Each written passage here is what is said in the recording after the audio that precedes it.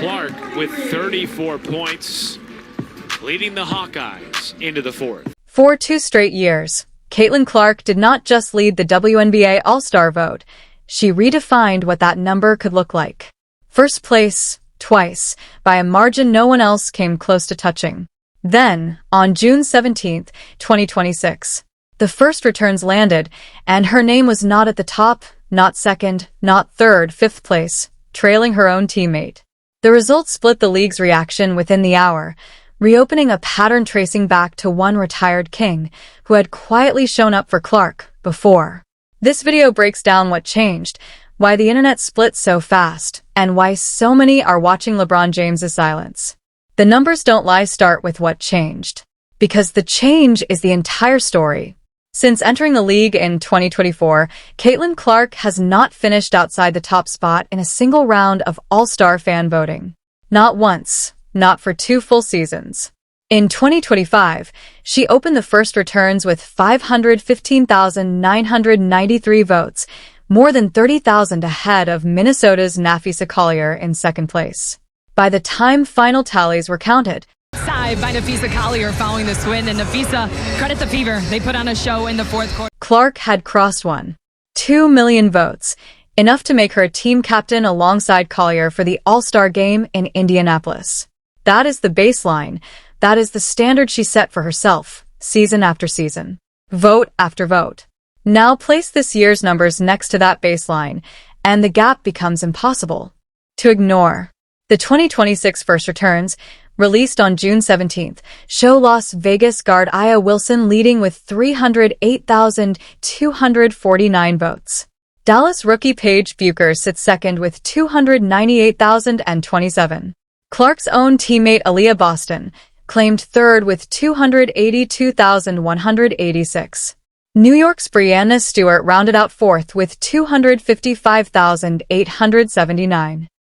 Looking for Vandersloot. 8 to shoot. Not much doing here for New York. Stewart on fire. And then fifth, Caitlin Clark with 253,602 votes, nearly 55,000 votes behind the leader, behind a teammate she shares a locker room with. Is that a coincidence? Or is something deeper happening to the fan base that once made her the most voted player the league had ever produced? Context matters here, and the context cuts in more than one direction. Total turnout across the league is down significantly this year. The top 40 vote-getters combined for 4,353,318 votes, compared with 6,410,965 votes at this same stage last season. That is a drop of over 2 million votes league-wide. Not just for Clark. Every major name lost ground compared to last year's pace.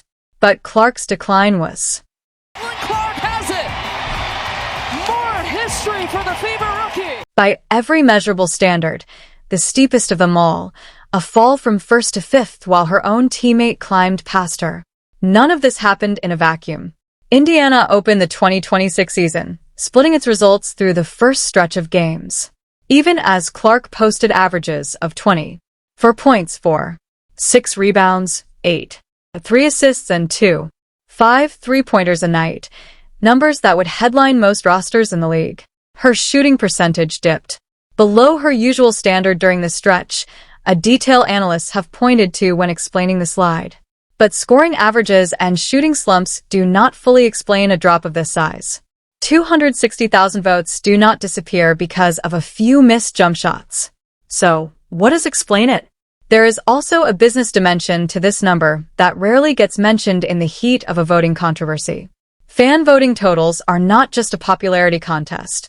They shape which players get featured in league marketing, which jerseys retailers stock heaviest, and which matchups broadcasters schedule into premium windows. For 2 years. I think what people need to understand, we need great leadership in this time across all levels. Clark's vote totals were the league's strongest evidence that a single player could move that machinery almost single-handedly. A drop to fifth does not erase what she has already built, but it does, for the first time, hand that same leverage to 4 other players simultaneously climbing towards stardom of their own. That shift alone is worth watching regardless of how the final tally lands. It is also worth remembering how unusual the last 2 years were in the first place. Before Clark entered the league, no player had ever approached the kind of fan vote totals she produced as a rookie. The league's previous record holders were putting up numbers in the tens of thousands, not the hundreds of thousands. Measured against that older history, even a fifth-place finish with 253,000 votes would have shattered most prior records outright. The real story may not be that Clark has fallen. The all-time leading scorer in women's college basketball. It may be that the league finally has 5 players capable of generating vote totals that, just 3 seasons ago, would have been almost unthinkable for anyone not named Clark. Is that a crisis for her brand? Or is it the clearest sign yet that the audience she helped build has grown wide enough to support more than one face at the top of it? The internet split in seconds.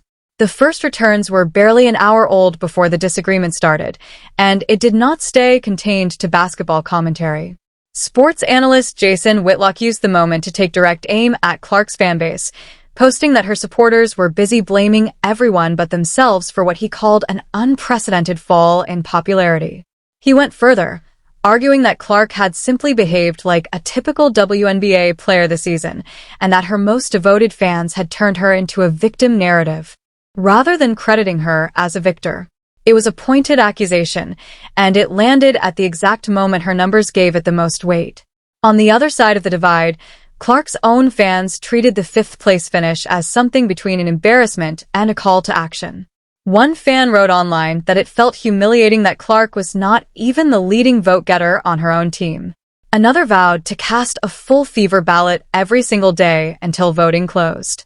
The Indiana Fever organization itself leaned into the moment rather than away from it, posting that having 3 players, Boston, Clark, and guard Kelsey Mitchell, inside the league's top 10 vote-getters was something to celebrate, regardless of the order. Caitlin Clark here, Haley Van Lith right there, but you're never right there when it's Kate. Mitchell, for context, sat 10th overall with 170,125 votes, giving Indiana more representation in the early top 10 than any other franchise. Analysts outside the Whitlock camp framed the story differently. WNBA and NBA commentator Alex Kennedy highlighted what he called the wildest detail in the entire release: that the league's most marketed player was not even the top vote-getter inside her own arena.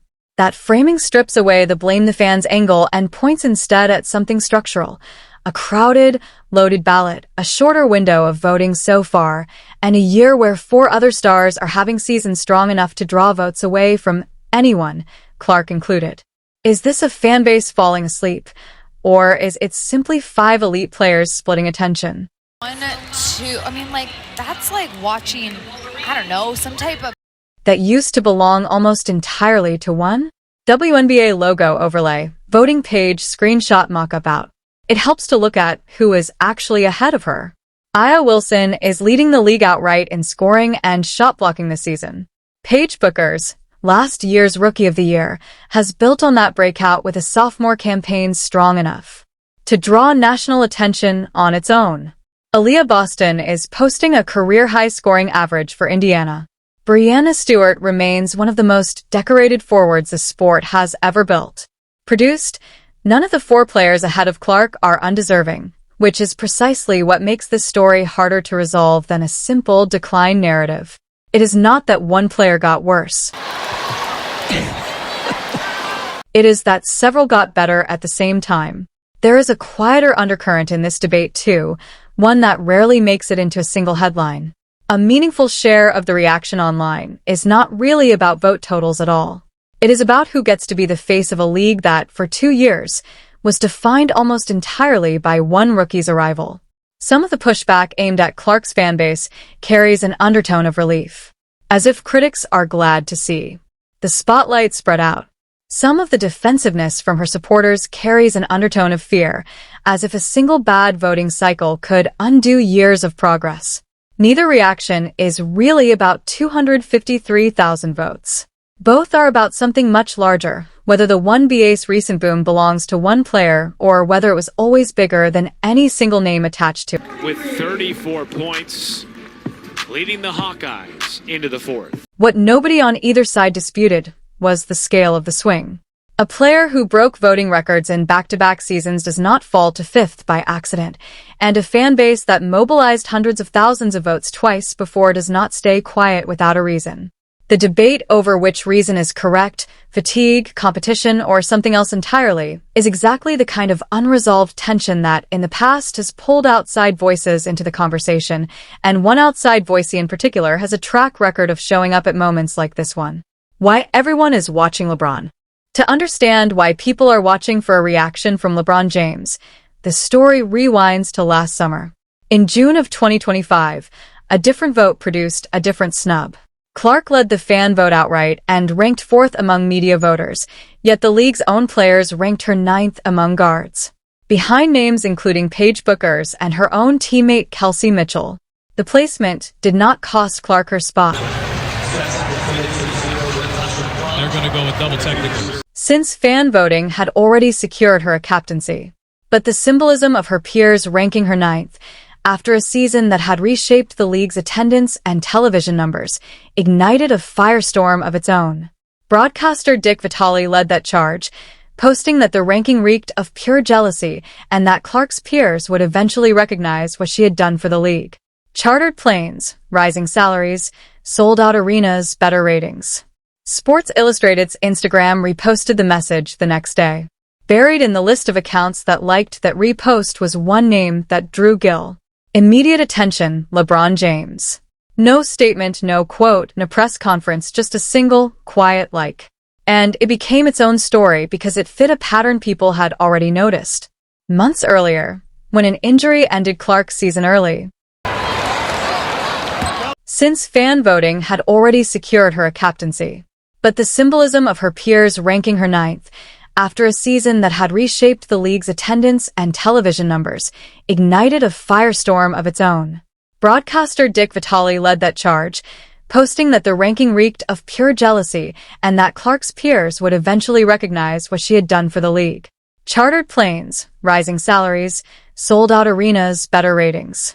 Sports Illustrated's Instagram reposted the message the next day.